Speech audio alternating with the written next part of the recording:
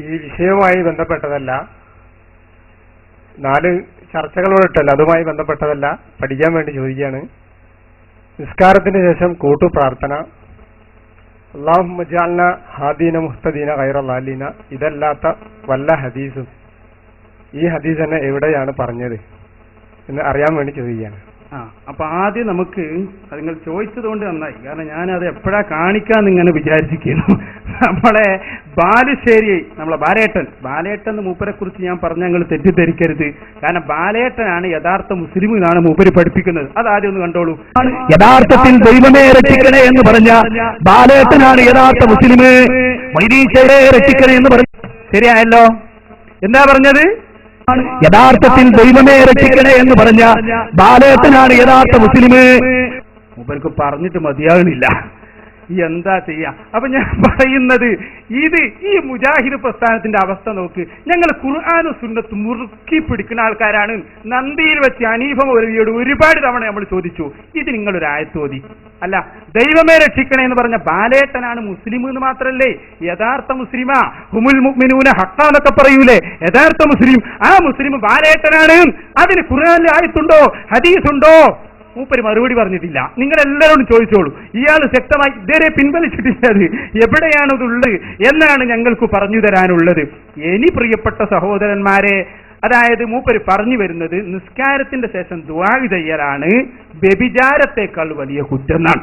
അപ്പൊ ഒരാൾ വ്യഭിചരിക്കാൻ, വേറൊരാൾ നിസ്കരിച്ചു റബ്ബനാ ആതിനാ ഫിദ് ദുനിയാ ഹസന വഫിൽ ആഖിറതി ഹസന എന്ന് പറയാം. എന്നാൽ ഏറ്റവും വലിയ കുറ്റം ഏതാണ്? അത് ഈ ദ്വാരക്കലാണ്. വ്യഭിചരിക്കൽ അത്ര പ്രശ്നമല്ല എന്നാണ്. അത് മൗലവി എന്ന് പറഞ്ഞോട്ടെ.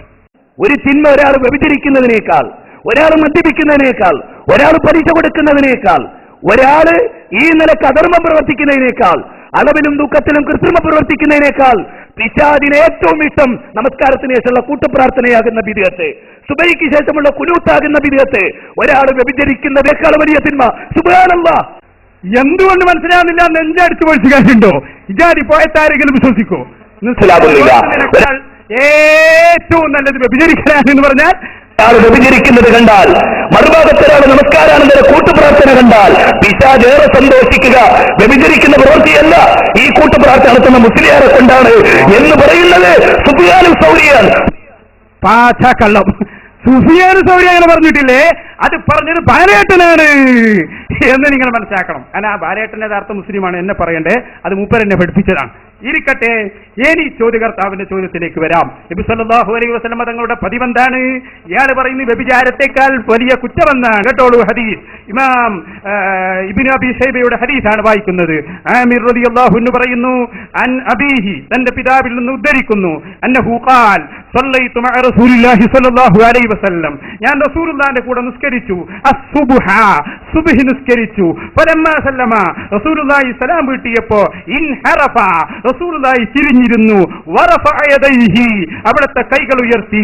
വദഅ, അവിടുന്ന് ദുആ ചെയ്തു. അല്ലാഹുമ്മ ബാരിക് ലനാ ഫീ മദീനത്തിനാ വമുദ്ദിനാ വസ്വാഇനാ എന്ന് തുടങ്ങി ഞങ്ങളെ മദീനയിലും മുദ്ദിലും സ്വാഇലും ഒക്കെ ബറക്കത്ത് ചെയ്യണേ, എനിക്ക് എന്നല്ല ഞങ്ങൾക്കെല്ലാവർക്കും ബറക്കത്ത് ചെയ്യണേ എന്ന് കൂട്ടമായി ദുആ ചെയ്തു.